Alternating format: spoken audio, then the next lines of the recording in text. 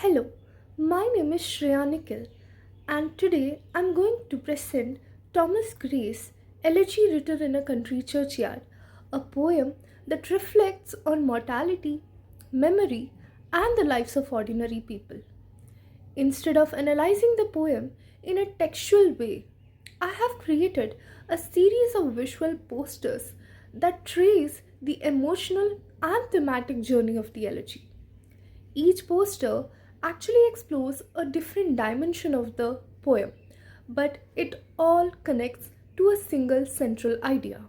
So let's get on with the first poster.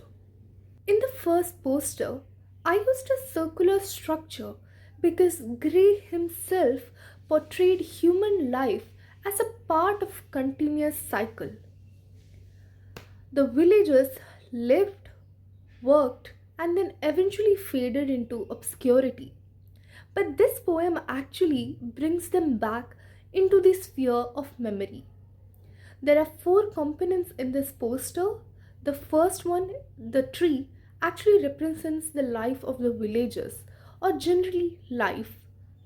The second one is death, as an equalizer, you could say, because ultimately, at the end of your life, when death eventually grabs you, you are all equal in this world. The third one is the forgotten lives of common people. And the fourth component is nature and evening silence.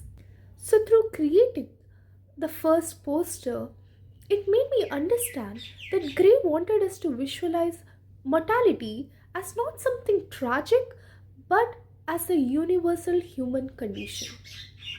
So, now coming to the second poster, it is the map of the churchyard.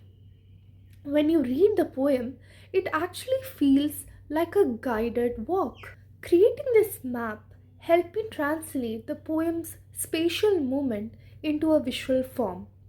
Each part of the churchyard, whether it be the fields, the graves, the church tower, the owl, it all has a very specific meaning in the poem. The physical environment also becomes a metaphor in the poem. The villager's landscape reflects the limited opportunities that were presented for them and their unrecorded histories.